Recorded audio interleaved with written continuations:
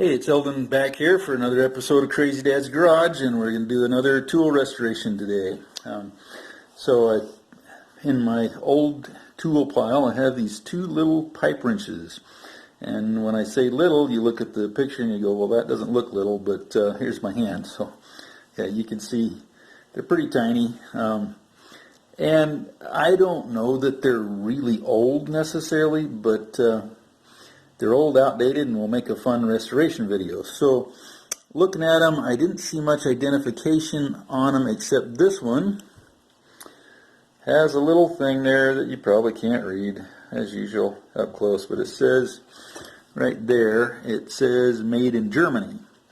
So, looks to me like it's a pretty good quality tool. It's very similar to the other one, but this one has one additional little feature, and that's this little spring right there that is meant to keep this this thing right here all pivots on that pin.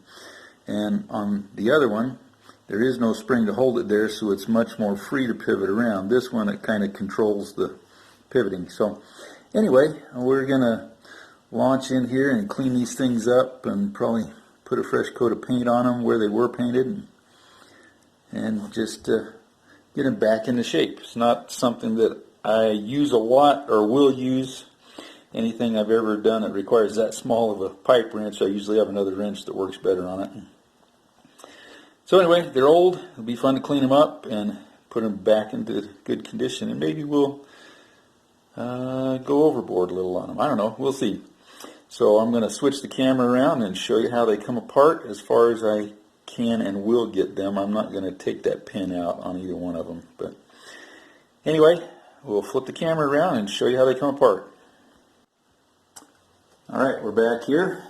And actually taking one apart is not a big deal at all. In fact, let's start with this one because it's already most of the way extended. We've got the jaw adjusted out that way, and the way that they come apart, I believe, is that you just keep unscrewing that jaw till it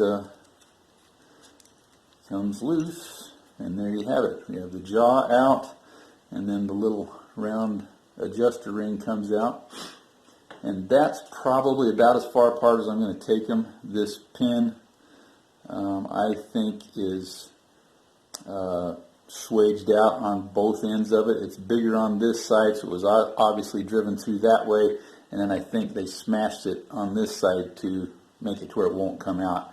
And I don't want to mess around with that. It's functional, so I'm just going to clean around it as much as we can, and I think it'll be just fine. So here's the other one. We'll take it apart real quick. Same way. And I think they're enough different that they probably won't interchange, which would be a good thing because we don't want to get parts mixed up. Yeah. So this little adjuster nut and that one are different sizes, so that will mean that we can't interchange the pieces. So that'll be good. I won't have any problems. Alright, I think the first thing I'll do is clean up the smaller parts. I'll clean up the jaws and the adjuster nuts. I don't know that I'll be able to get inside of them. I might be able to do a little bit, but I'll get those done on the wire wheel, and then we'll be back.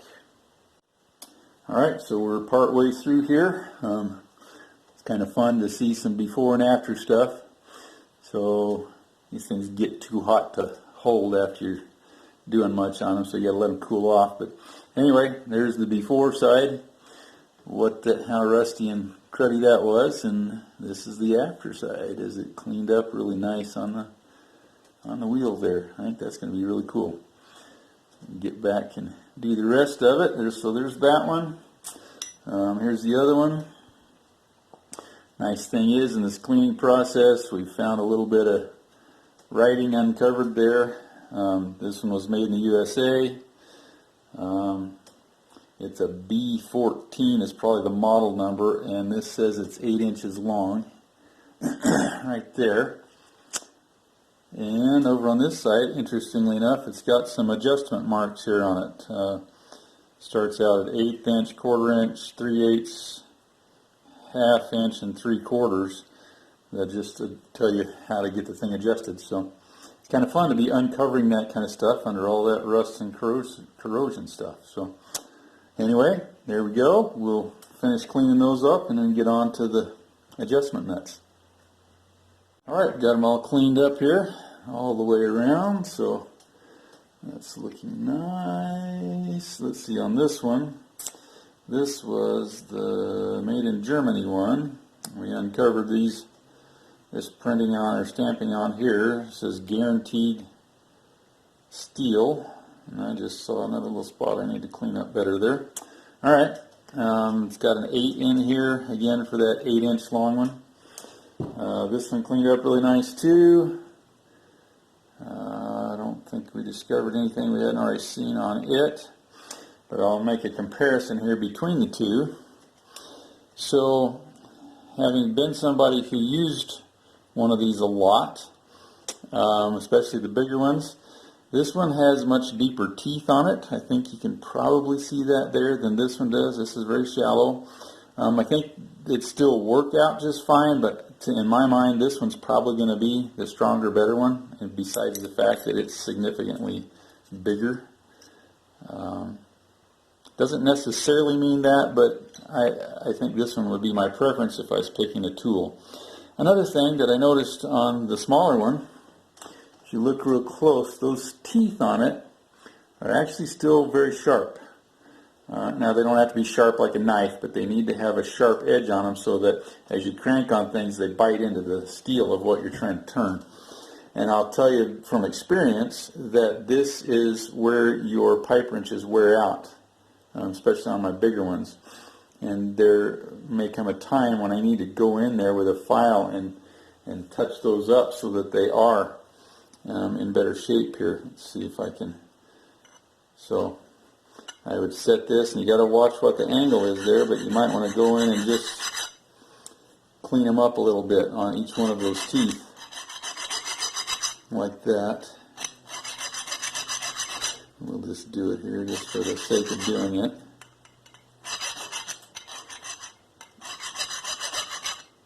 Not that this one particularly needs it, but hey, there we go.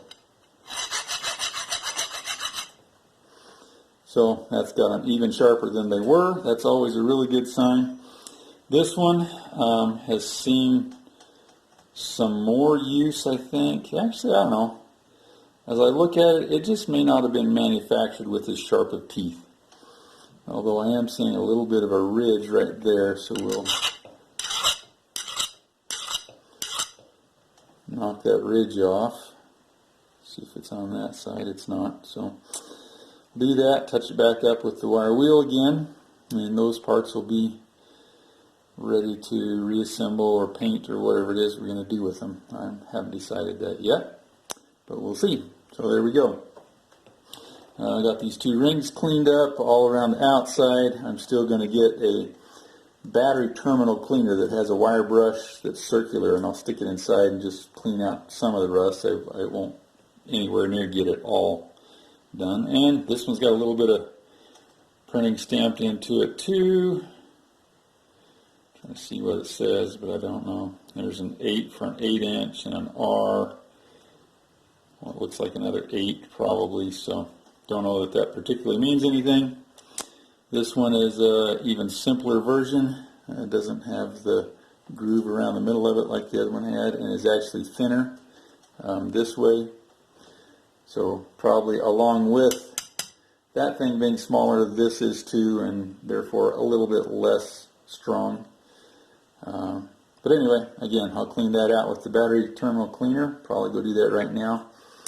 And let's see. Probably the next thing is we'll start cleaning up the bodies on the two handles. And take it from there and keep you posted as we go along. Alright, cleaned up the two adjusting nuts there, and hope you can see in there. Using that battery post cleaner, it really got the inside of them pretty clean. The small one much better than the big one because it was a tighter fit, but in case you're not familiar with what I'm talking about, there's my battery cable cleaner. So just screwed it down in there and it worked. Very pleased with that. Now we'll get on to cleaning the handles. There we go, one down. Clean up very nicely.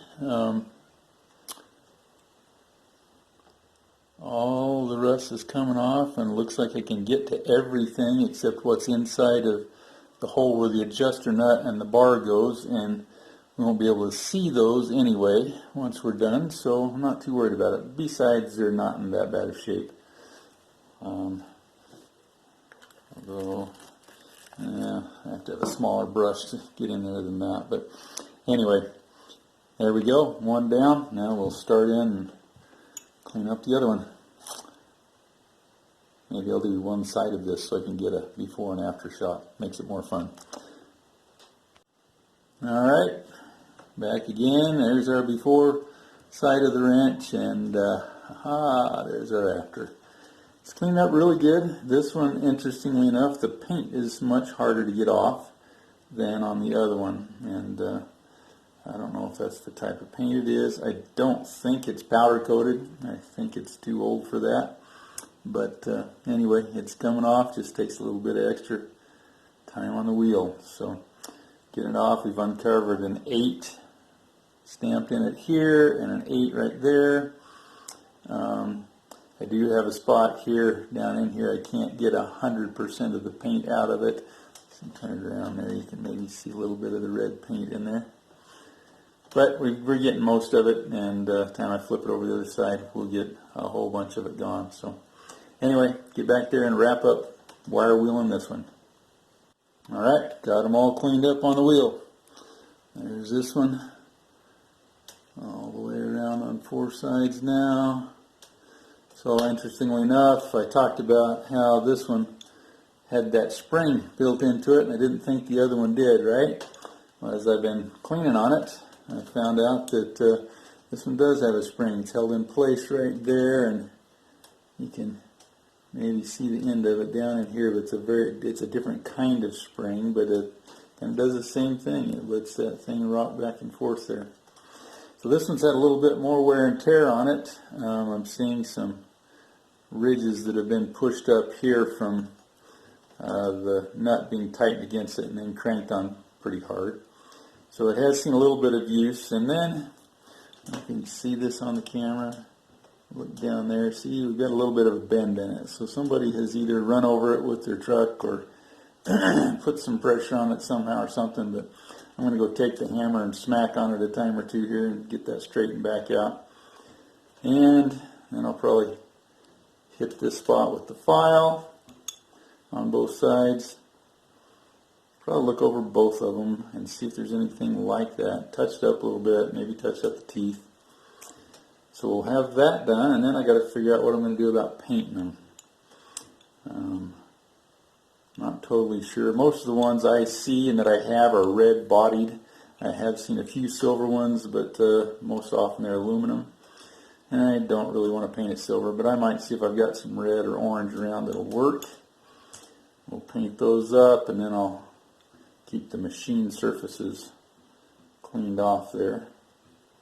And probably maybe put some other contrasting colors on some of these other parts just for the fun of it. And get these babies put back together. So I'm going to go straighten this out, get my file out and work them over a little bit. And then we'll be back. Alright, a little bit of touch-up work with the hammer there, and we got that thing back nice and straight. Filed off a bunch of those edges and then wire wheeled them so that you can't even see where they were now. So that changes the picture of it a little bit. And I took the file and sharpened the teeth up a little bit.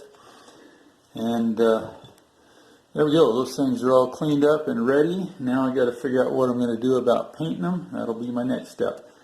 So we'll be back when we get that figured out and taken care of. Alright, I decided what I'm going to do on the painting of these wrenches here. I've found some silver and black enamel that I had, and I've gone through and I've already painted the other side of this silver, and it's dry now, so I wanted to do that as a test run, but this is what it's going to look like as we paint up the remaining sides of these things with the silver. We're going to make sure we get her all down in there and recessed areas like that. It sure doesn't take much of this stuff to get out of hand as you're trying to do it, but we can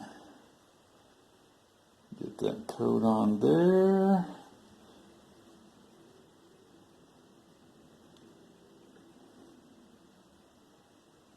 And as I come back in here later, we're probably going to even take the file and some sandpaper and take some of this back off of there just to leave some machine surfaces bare. I think that'll look kind of cool.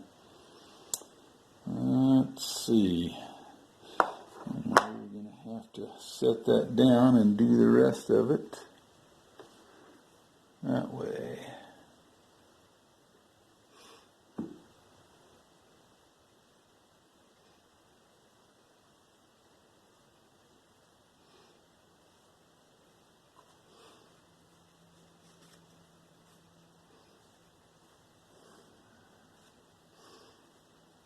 Yeah, I can't talk and paint at the same time in case you haven't figured that out.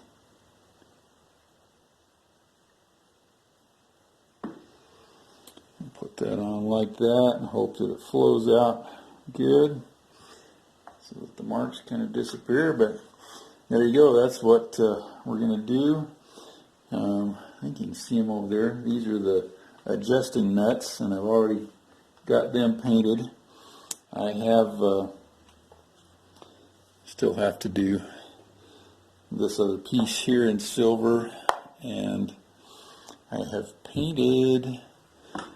Can I pick one of these up without messing it up? Yeah, there we go. So this is the black on the one side of it, and it isn't drying anywhere near as fast as the silver, partly because it's a gloss paint and the silver is a matte finish. So, but that's what they're going to look like there. I'm going to let that dry. Probably looks like it's going to be the rest of the day and tomorrow before I can even think about putting a second coat on the other side of it. But we'll see. I'll let it dry, and then we'll figure out what the whole thing is going to look like as we get it put back together. Got a couple other ideas, some little touch-up stuff that I want to do to it. So we'll show you that in the next segment here. Alright, boys and girls, back for the continuation here. So we got both of these wrenches painted black on the one half of them, and they're dried now. So we're going to flip them over and paint the other half black. And this is actually working out quite nice. So I'm excited. We'll get to work here and get them touched up.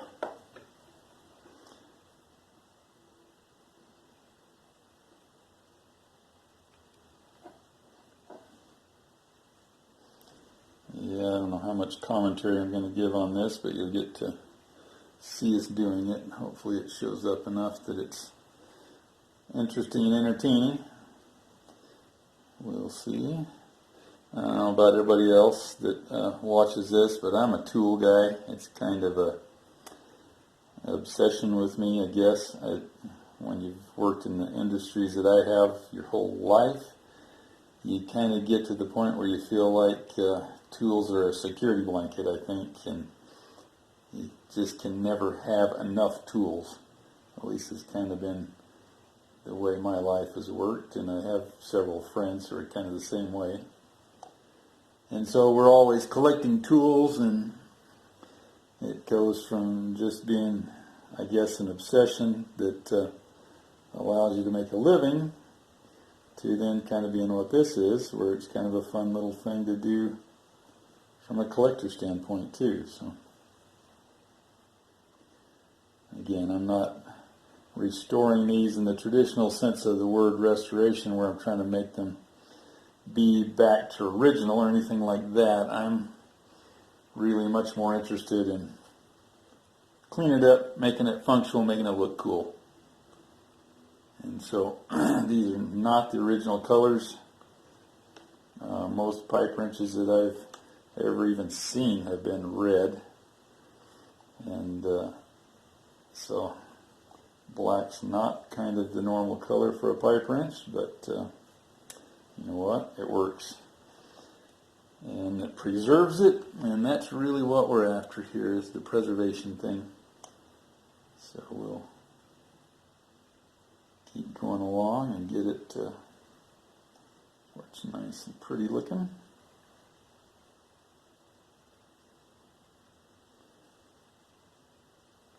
And then who knows, well, I don't know, we might hang it in our shop or might give it to somebody for a present.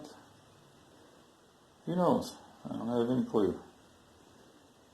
But whatever it is, it gives a fun little thing to do from a hobby standpoint. So, alright, got all of that. Just got to figure out how to get that last little bit there without setting it down on the side that I've already painted. So I had to put some fresh paint on the spot right there because I happened to touch it with the silver the other day, and needed to get that cleaned up so that it doesn't look bad.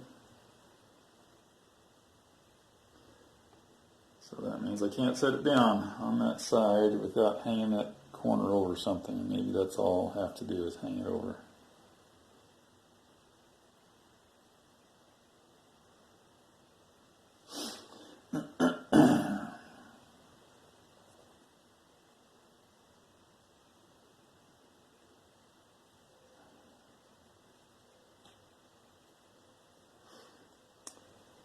Figure out how to hold it.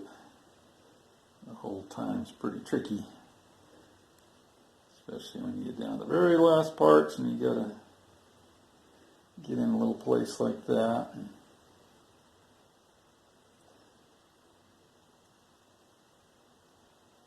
not mess up everything as you're doing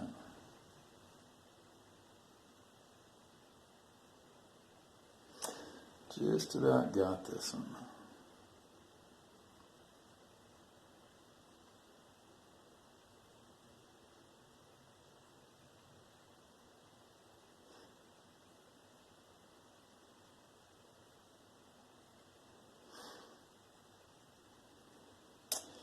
There we go. So that's what she looks like, and we're going to set her on here like so. Oh, there's a spot right there, right down there. So that looks really good. I think we'll be just fine at that point. And that's going to be good enough on this one. I've just got to repeat the same process, so I'm going to do that off camera and come back and show you what they look like as we get them all ready to reassemble. Alrighty, we're back. Got all the pieces painted up and they are pretty well dry, at least enough so that we can handle them. So I'm going to reassemble these things and we'll call it good. There's still a little bit on the tacky side, but I'll get them back together, then we can finish up the video and get it posted for you, and I'll let them dry for a few days. But anyway, there we go. Let's see, this one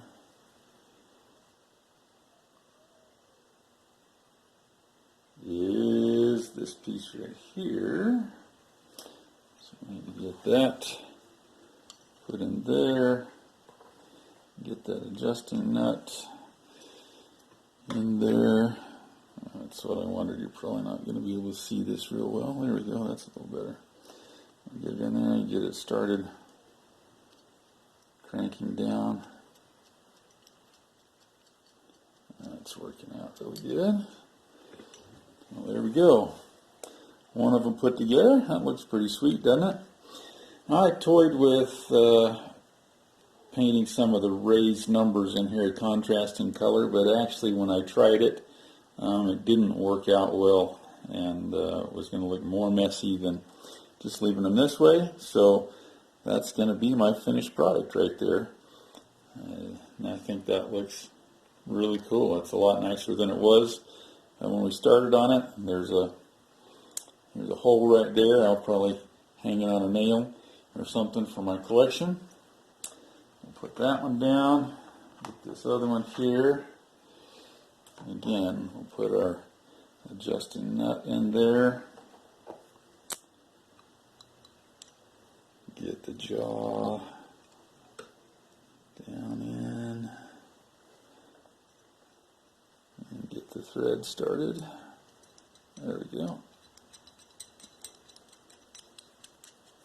Now, obviously my intention is to probably never use these, although I could guess there might come a point where I would need to. But if we do, they're perfectly functional. The teeth are nice and sharp on them. We've got them painted up so they shouldn't rust on us. I think they'll turn out looking really nice. And again, this one's got a hole in the end of it, so we'll be able to hang the two of them up. And there we have it. Our two nicely restored pipe wrenches from our rusty, crusty beginnings. I just think that's fun. Does it mean anything? Does it matter? No. But I like a phrase that I've been seeing a lot on YouTube. The process of cleaning these up and restoring them is an oddly satisfying process. It's just enjoying to sit and watch as you take something old and turn it back into something that's fresh and looks nice and is something that you would be proud to have hanging around in your collection. So there we go, guys. That's it. That's the end of this episode of the Crazy Dad's Garage Tool Series. We'll be back with another one at some point in the future.